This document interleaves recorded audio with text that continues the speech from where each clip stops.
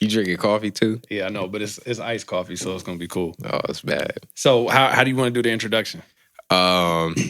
Like for every show? Yeah. Are we gonna have the same thing or what? I don't know. I mean, for now, I was just thinking, just like having that with some music coming in. Yeah. Okay. Because I'm gonna do for the video. I'm gonna do an intro too. Okay. So yeah, the first one I guess is we're just gonna talk about the introduction to the series, and just go from there. First one's probably gonna be awkward.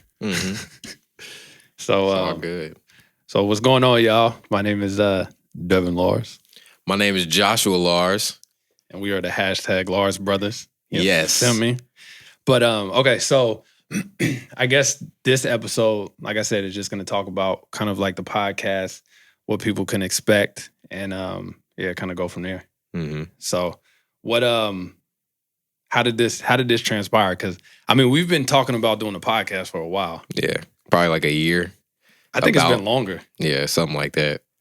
I mean, we were just thinking about how we could, do more stuff on social media. And the podcast came up like a year ago. And we were like, all right, yeah, let's do it. And then it was one of those things that we just put off for heck of long. And then recently, what happened? I don't know. I mean, there was a lot of stuff that transpired from it, but like Achieve the Goal that we first started 2 years ago. I seen a post. Yeah. That's crazy.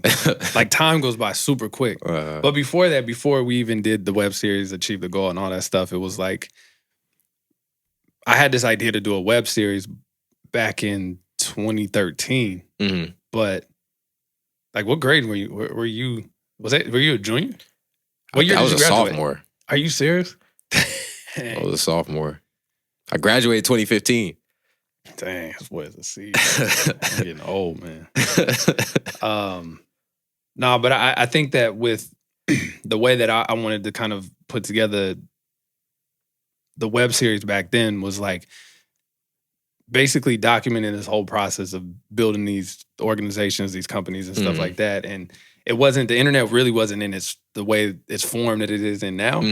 And so it was kind of like, it was premature, but always like kind of seeing that idea of kind of wanting to document that whole process. And I think, I mean, it just transpired from us having our conversations just about, about life and about this whole kind of like building process and just kind of like those conversations that we had like here in the conference room late at night and kind of just like the value that I think it would bring other people of just kind of the different perspectives of building this stuff. And so, literally, I was driving to LA 2 weeks ago. Was it 2 weeks ago?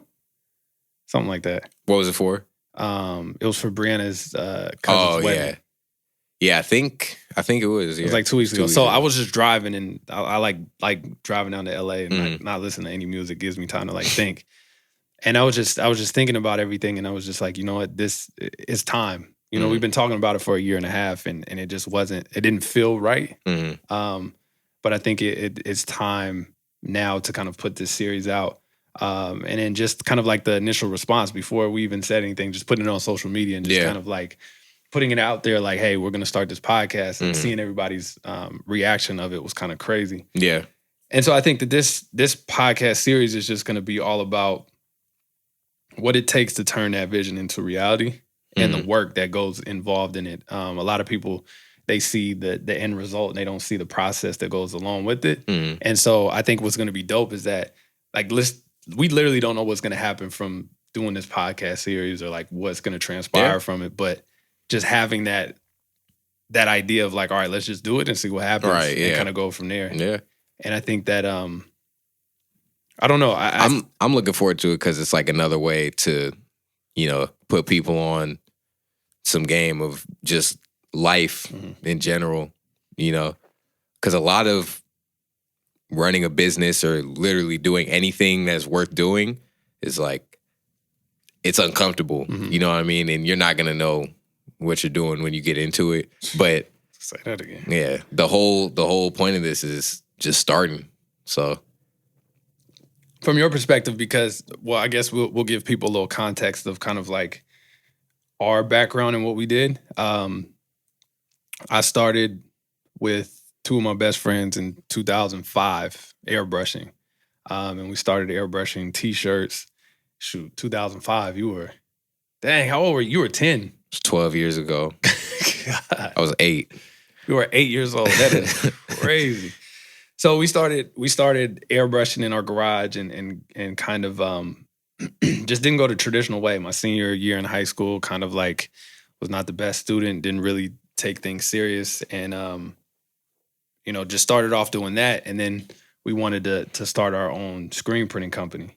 And so we ended up converting our grandfather's garage into our manufacturing facility. We was having you come in and working and cleaning screens. And at that time we had these fake watches. And so we paid light up G-Shocks and one-off t-shirts that were probably mess ups. They probably had scratches on them or something. They couldn't sell them. It's like, look, we'll give you a t-shirt and a glow-in-the-dark watch if you work all night. And I'll be like, yes, yes, I'll do it. You had to be at least like 12 at that point. Literally, I was probably like 10. You think so? Yeah, if you started in 2008 and when it started picking up, like at that point, it was like 2 years, right? Yeah, it was like 2009, 2010. Then I was like 9 or 10. That's crazy, man. I just remember. I just remember, like, I was about 12. The thing that stood out for me is that at that point we hadn't proven ourselves, right? Mm-hmm. So we didn't have a track record. We were like literally still in the building phases. So we had a lot of different people, negative people saying, this, and this, and kind of we didn't take that traditional route of going to college. Mm-hmm. And so I remember, influences from, our family of talking to you. And I remember you coming in the garage and I was like, yeah, you don't want to be like me. And you're like, yeah, I know, I'll never be like you. And it was just funny because I was like, okay. I remember that. I was like, I'm about to work and show that even though we didn't take the traditional route, that you still could make something from yourself and still be successful. Mm-hmm. And so I think that, that wasn't one of the driving forces to kind of like stick through it. I think, and as we go through this series, we'll talk about different things and different events that kind of transpired to keep me on track, and then also kind of like your perspective of it, because you came in the business, to give it context. So we started the screen printing company, and back in last year, we started Curio. I think it was early this year. Yeah, we talked about it December. Okay, yeah. So it was December, November. So long story short, we ended up co-founding a full service advertising agency, helping companies kind of like tell their story online, social media, and into the real world through physical products, promotional items, and stuff like that. And so we founded Curio Media. Went through a whole bunch of changes kind of in the business, and brought you on about, what, 2 years? Was it 2 years? It was 2 years ago, yeah. That's crazy. The summer of 2015, as soon as I graduated. That's crazy. Yep. What was that experience like for you? Because I know that was a big... That was, yeah. So like literally after high school, I did not know what I wanted to do. Even, I was going to go to school. Like I was applying to college, mainly for my parents, but also for me, like, cause I didn't know what I wanted to do. So I was like, let me try the college route. But at the same time, I had, my mom was telling me I need to go look and get a job, go apply to 24-hour fitness. Cause I'm always there. Like just, telling me to like do some, like a typical, some stuff that I didn't want to do. Mm-hmm. And looking at 24-hour fitness, looking at like trying to get a job at Chipotle or, In-N-Out, like I don't knock those. I respect people that do that, but like that stuff was like scaring me because I was like, I didn't want to, like, I could tell if I were to do that, that would have put me in a place where I wouldn't have been able to grow like in life the way that I wanted to. Mm-hmm. And so the next best thing I was trying to do was I was trying to work with John, and which is our brother. Mm-hmm. He's the middle one. I was trying to work with him and his dad out in San Francisco because they had they have a cafe, and I wanted to work there because I was like, San Francisco is different. the minimum wage is high, blah, blah, blah. And literally, like, I was asking them over and over. And it's so funny because John kept saying, like, yeah, we're going to need you. Just hold on. Just hold on. They kept, like, pushing it off for some reason. Then I was thinking, man, I'm cool with Elijah. Me and Elijah have been making music for years. Mm-hmm. And every time we make music, it's always like, there's something about it. It's like a lot of people like it. And I'm like, man, maybe I should start rapping and go move out to Sacramento and just struggle for a few years and try and make it off the music with Elijah. And I was like, I really just had no clue what I was doing. And then I texted you and, I was like, can I come out there? Mm-hmm. And you had me come in and did some work around the factory. Mm-hmm. And then, we used to talk like for like an hour every day, you know what I mean? And then started going 2 nights at a time, spending the night, then going home, changing clothes. Forgot about that. 2 nights. And then it went to like 3 nights. And then, at that point, then school started, right? So then I had you were going to DVC. To DVC, that's right, that's right. And then I had to go. So I was out here every day. I didn't have class.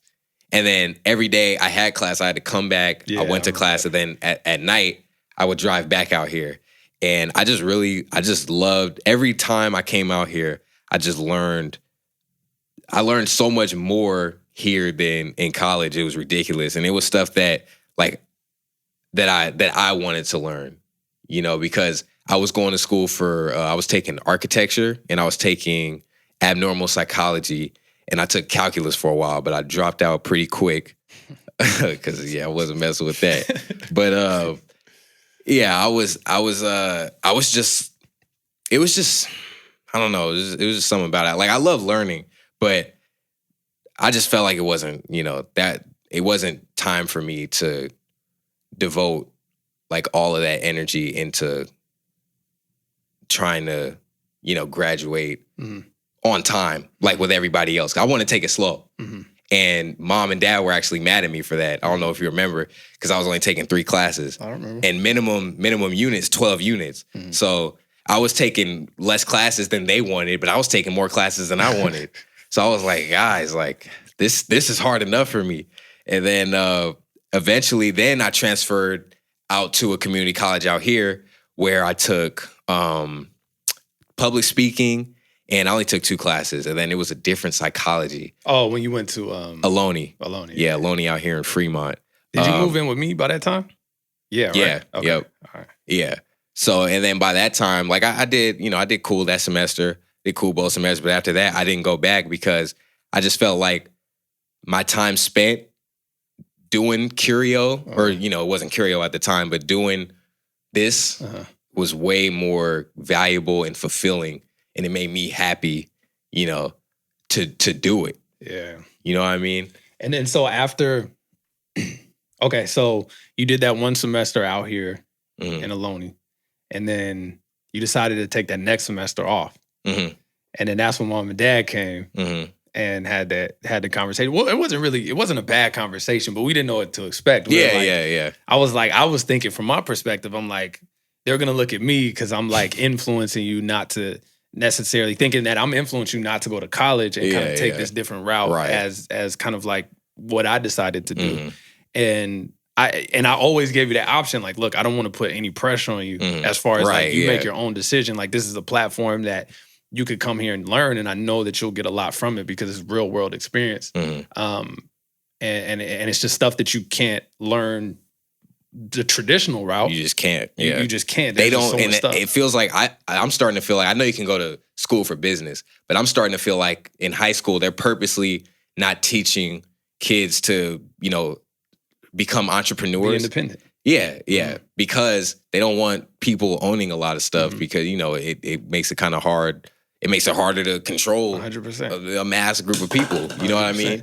No, I agree. And that's kind of like, I mean, my whole schooling experience is like I always beat to my own drum. Like literally, I always like just did my own thing. And so it was kind of like just since I was a young kid. And so being able to find this like this route that you can do something other than the traditional way, I didn't know existed. Right. Like I didn't know existed and didn't really know anybody that went that route.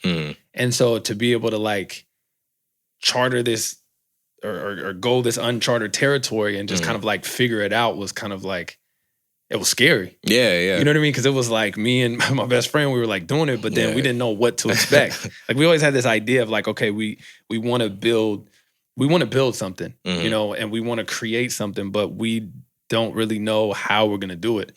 And I think that it was dope of just kind of like being able to kind of like be ahead of that process, and then being able to like teach you everything kind of that I learned, and kind of just like be like, look, this is just kind of where I'm at, and kind of the experiences that I've had. And so then you could kind of take that and kind of like build from it. Yeah. And real quick, like, I don't think people understand, like, when you say you didn't know what you were doing, but you were doing it, like, you literally did not know what you were doing. At all. You were like, I don't know how I'm going to make this work. I don't know anything about anything, but I'm going to keep my head down. I'm going to work hard. I'm going to stay focused, and I'm willing to learn, right, for my own benefit, right? And I think it's just crazy because, you know, somewhere along the line, one day, it just clicked. You know what I mean? But it took a certain amount of time of unknown, right, and of uncertainty, but eventually it just clicked. And I think that that's the thing that a lot of people are scared of. They're scared to mess up. One thing that I never was afraid of is to mess up and learn, ever. Because I'm like, that's how you learn. Yeah. You know what I mean? Like, I guess in the beginning, I was more of a perfectionist and wanted things to go the right way or not mess up. But like, I never let that stop me from trying. And I think that that's what holds a lot of people back, is like, they don't know what to do, so they use that as an excuse to not move forward. And I think that that's something that I think you learned that quick though. You picked that up real quick, because I remember in the beginning when you first came, we really didn't know kind of like, I didn't know where to put you within the organization or where to help. So it was like, enter these numbers or we find didn't these know each other that much. Yeah, I know. We didn't know each other at all. That's funny. We should really talk about that, because like literally growing up, we didn't have a close relationship at all. Yeah. Like I didn't even know you were into music at all until you moved out here. And so it was like, you know, when we were young, speaking of John, our middle brother, like I remember asking you to do something, you'd be like, you're not the boss of me, John is. And like you would always say that. Like we literally, the only thing I think that we had literally the only thing, our relationship was based on whose phone is better. Like at church on Sundays, that's it. Like we literally said, no, my iPhone is better. You'd be like, no, my Samsung. I got a Samsung. Look, I got a bigger screen. Like literally, the processor. That was literally our relationship. And so it was like moving you out here, making that decision of like, I remember talking to you and I was like, look, there's this opportunity, but I need you to commit to it. Like, are you know, it's going to be a commitment. Like if you're with it, don't be in a sense of like you feel pressure of like you have to stay, but if you're gonna be here, commit to it while you're here. And I think that, you know, we went through our little kind of like in the beginning of kind of figuring each other out, learning who we were and kind of like building from there. But I think that it was something that you got real quick. And it's kind of weird being in this perspective and being like 10 years ahead of where you are, just in year-wise. Because sometimes, and I guess you could correlate it with parents. I mean, I don't have any kids, but you know how parents will kind of forget sometimes where their kid is at. Yeah. And so it was like, I'm over here, 20, 27, 28, and I have this experience of like, all of the stuff that I've done. And so it was kind of like, I kind of expected you to just pick that up and be like, look, just get it and move forward. And that got in the way, honestly, of like, when I first started with you know, my business partners in the beginning, I was so used to kind of like doing everything and I could bounce around from different departments and I expected them to do the same thing when maybe that wasn't their strong skill. And so I think that taught me a lot of like, okay, understand that there's a process that you have to go through. You know what I mean? There's like a learning process and a growing process that you have to go through. And just to be able to be patient with that. But I remember we had, you know, in the beginning, I think, what was it, like 4 months in? 3 months in when we had that conversation, like the 2-hour long conversation? Nah, I think, about 4. I think months? it was about 6 months. You think so? It took a while. You were patient with me. Yeah, because it was a process. I take responsibility for not being able to like. So basically, the whole concept was it was just like it was a lot of like procrastination. It was a lot of like, all right, things weren't getting done. You were kind of just like playing games on your phone or dots and this and this, and kind of just like dragging your feet on things. And looking back, I should have coached you better in order to get you to that. But I mean, that conversation was part of the process to do that. And I mean, we had a 2-hour conversation. Yeah. Just about like, look, if you're gonna be at the table, you got to contribute. And I just remember like literally talking to you for 2 hours and like you not saying anything, like you being quiet and literally listening to it and just like taking it in. You didn't try to get defensive at all. Like you didn't try to. I knew, yeah. But you didn't like try to like justify anything at all. Like you were just, all right, and you listened. And so I was like, all right, well, this conversation is either gonna like, all right, that's it. like we go back to just like seeing each other every blue moon. Peace and out. Like, yeah, like it was either gonna be that or it was gonna be one of those situations where it completely like turned it around. And I just waited. I was like, it was something that the conversation had to be done or had to be, made or whatever. But after that, like you were a completely different person. Like you came back, you deleted all the games off your phone. You were like super focused. You were like, all right, what do I need to do? And like literally from that point on, it was like you were fed up with the way that you were acting and procrastinating and you wanted to grow up. So like, what was that process like? Because I know that was kind of hard to kind of, hear about that kind of stuff. And like from our conversation of what we had, it was just like, it was a real conversation. Yeah, yeah. And so like, what was the process of like going through that and what made you go from that lazy procrastination kind of like getting sidetracked on every little whim to like really taking things serious and like getting really focused? Well, I mean, I was real conflicted with myself because I feel like I'm lazy. I'm lazy by nature, right? And my mom's always telling me, both me and John, we lazy people. But at the same time, I'm also a very hard worker and I'm ambitious when it's something that I'm passionate about. So like on the court, like on basketball, I'm working harder than everybody. Even if I'm the most athletic, I don't care. Like I'm working until I'm drenched in sweat. Like I can't walk. I have to go home and, like limp. Like it just, I need to have a purpose when I'm doing something. And I think back then I was conflicted because I didn't know if I was willing to commit. Like I didn't even know what I was doing here. You know what I mean? Like I loved it. But I was like, man, like I'm just like, I was waking up late, I was leaving early. Like it was just like, I don't know. It was more so, I guess it was just me trying to figure out who I'm going to be. I was trying to figure out who I was going to be and like what I was going to be here. And when you gave me that talk, I had already knew it was coming. And for some reason, I still didn't change anything. I was just like, man, I'm slipping up. Like I need to change it, but I never really did. And when you talked to me, it helped me because it was like there was no running away from it. I couldn't turn my back on it, couldn't ignore it. It was all out. I was like, all right, he said it. That's what I was thinking. That's what I was feeling. I knew this was going to happen. So what am I going to do about it? And just when I, that car ride home, I was just like, hey, like I'm ready now. Like I'm ready to be serious about this. I'm ready to focus. I'm ready to really try and make an impact in the world and try to make a name for both of us. You know what I mean? Because, you wanted me to be on the team and it's not a team effort if I ain't doing nothing. You know what I mean? So that's mainly, I guess, that was the experience for me. It wasn't any, after you talked to me, there wasn't any hard decisions in my head. I was already thinking about this stuff leading up to that, right? Like, it was like, I was feeling everything out. And then once you told me, I had made up my mind. I was like, it's time to start. Yeah. I think another thing that was kind of challenging too is that like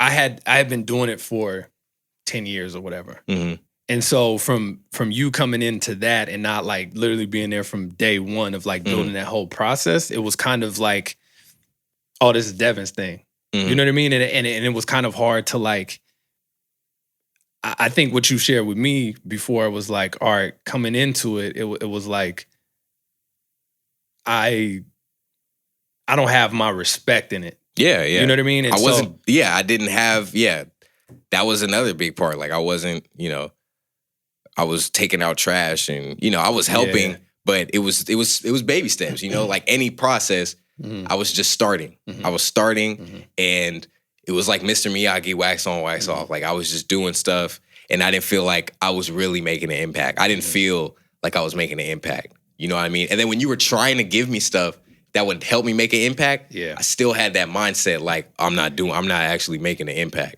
Yeah, and that makes sense. I mean, I think that's natural for anybody coming in, especially just starting. I mean, you were 18. You know what I mean? So like anybody just starting, especially the millennials, they like being able to kind of feel in a sense of like things should be given. Not saying that that's what you were going through, but like you have to earn your respect. And I shared that with you, especially with like family stuff of like people kind of like not respecting you. And I said it took me 10 years to get the respect that I have with the family and with other people of like proving yourself. And it takes time. It's a process. So I think what was really cool about like us starting the agency is that it was like something completely fresh. You know what I mean? Like it even though we've been building and basically essentially running the agency the whole time, it was a new start, a new beginning, the way we completely restructured the business and everything like that. Like you were there from that process. And so from that building process on, I think it was kind of dope because like now it's you have more responsibilities. You know what I mean? Like you're doing more stuff, handling more business stuff and throwing different situations at you. Because I remember in the beginning you would be like, oh, how do you do this? Or how do you do that? How do you do that? Now you're more proactive in figuring it out instead of like, oh, let me rely on them. It's like, no, let me figure it out. And then worst case scenario, I could come and ask. And I think that trait right there, if people understand that like that's everything, that don't be afraid to make mistakes. That do not be afraid to do that and try and test because that's how you learn. Like, that's exactly how you learn. That's exactly how I learned to be able to do this stuff. Like, I didn't know how to set up a podcast or get this equipment or film or anything that I've done. I never have done that before. Yeah. But I was never scared to try it. You know what I mean? And never scared to kind of like stumble along the way. Because those are the things that you're going to be like, oh, damn, I ain't doing that again. You know what I mean? And those are the growing pains of like, all right, you learn. Yeah. And so like, I remember putting like, I can't think of anything off top, but I remember putting you in specific situations where I'm like, he'll probably, like, this will probably get messed up, but it's going to be more important of what he learns than what gets messed up. You know what I mean? Like, whatever gets messed up, whatever that situation was, I've done several situations like that where it was like, okay, I know we could recover from this. It's going to be easy, and I know how to fix it. And it's like, but I want to see him, how is his problem solving skills? And one thing like that I have to say, like your problem solving skills are on point. Like if there's a problem, you're automatically thinking about that. And I think that comes from the whole kind of solution minded. You know, I was about to say, that just comes from you. Like literally being, I would never know what that even is if I hadn't, have been around you for as long as I have. Cause like now, like the whole running a business, you have to be solution minded. If you're focused on a problem in a business, there is no way that you're going to survive. There's just no way, because things don't turn out how they're supposed to. They don't ever just go by perfect. You know, it's not just like, oh, hey, I got the service. Oh, hey, let me give you some money. All right, here you go. No, you know, it's a lot of hoops you have to jump past. And I can't even take credit for that. Like, literally, that was Darren. Like my business partner that we started off with, my best friend. Like I would always focus on the problem, and he would always come up with the solution. I'm like, dang, why does he always figure stuff out? And I'm always stuck. Yeah. And that day that he told me, like, hey, bruh, like you're focused on the problem. Mhm. Like, why? Yeah. What is that going to do for you? You know, and that literally changed my whole life. Yeah. Of just like when something goes wrong, just figure out how to fix it. I be telling people that, man, like you're over here, you can't, like, you're complaining about something and, you know, you're mad about something. Well, you need to ask yourself, like, is it in your control? Like, is it something that you're doing to yourself? Can you change it? If you can, then change it. And if you can't, then what's the problem? Like, why are you letting that negatively affect you? You know what I mean? That doesn't do anything for anybody.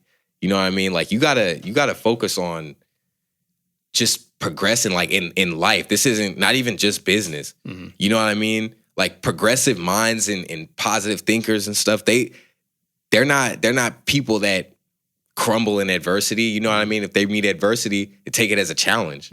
You know? And you literally being solution minded, I've applied to everything because that's the secret to life. It is. You know, it's like, don't hide from it. Don't turn your back on it. Don't run away from it. Face it head on and see what you could do to fix it. You know what I mean? Life isn't perfect. It's never going to be perfect. But, you know, there are going to be some good times. There are going to be some bad times. What's important, I feel like what's most important in life is just how do you react to these bad situations, to these, you know, impossible obstacles, right? In business, yeah, there's more of them, but that applies to real life too. Even if you don't run a business, you know what I mean? You can apply it to college, your job, your kids, your girlfriend, your wife, like anything. There's always going to be problems. Yeah, everything comes with problems. But what really matters is how you solve it. Like, everything's going to come with problems. You need to figure out, how can you solve them? No, I agree.